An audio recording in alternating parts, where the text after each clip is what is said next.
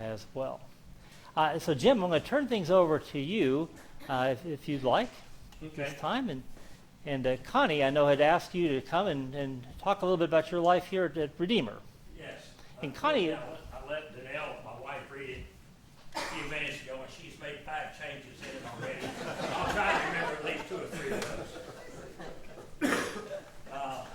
This is an unusual presentation, I think. A few of you in here are going to understand it. If you understand the cookie covenant, please raise your hand. We had our priest at that time, Jeff Taylor, back when Danelle and I started coming. If you were new to the church and you came in to visit, he would give you a dozen of cookies that he made, and they were very good. That's why we're still here.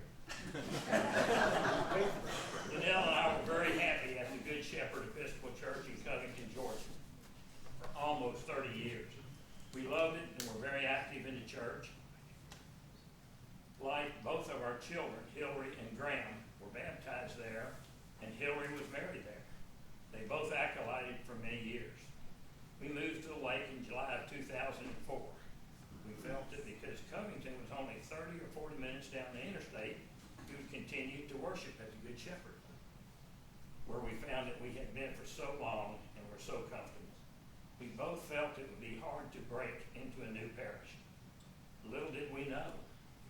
You see, we had not only been made aware of the cookie covenant, one Sunday not long before, after we moved, we were running real late and just could not make the service in Covington. So I said, let's attend that new little church downtown next to Fred's parking lot. We were not going to try it out. We were members of the Good Shepherd and have been for years. We, as a guest, accepted Father Jeff's invitation to join in the social after the service. That's important because if you're new to this church and you come down to our social after the church, chances are good you're going to come back because people make you feel so welcome. We as a guest accepted Father Jeff's invitation to join in a social after the service. We were made to feel not only welcome, but right at home. Several of the parishioners asked us to typical questions such as, where do you live and where did you go to church? They, being the strong evangelists all Episcopalians are, strongly encouraged us to come back. After leaving that first Sunday, we both felt like we had found our new home. The fact that the Good Shepherd was just embarking on a building fund campaign made that decision a little bit easier. You know, you got to be honest. That's how we got here, and now a little about why we stayed. If you think back over the last year or so, we have all heard Father Bill thank the parish many times in different ways for their very big heart, their deep pocket, books, and more importantly, their deep faith and strong vision. We were and still are the little red church with a big heart. If there is some method of quantifying a church or parish, given in time, talent, and treasure, I think the members of the Church of the Redeemer would be head and shoulders above any other who try to compete. As a group of individuals committed to their faith and purpose in life, we don't only give, we share. We reach out and we reach in.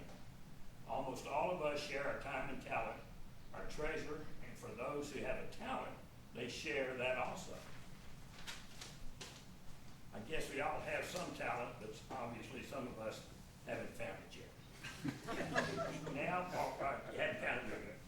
Now, more specifically, on stewardship.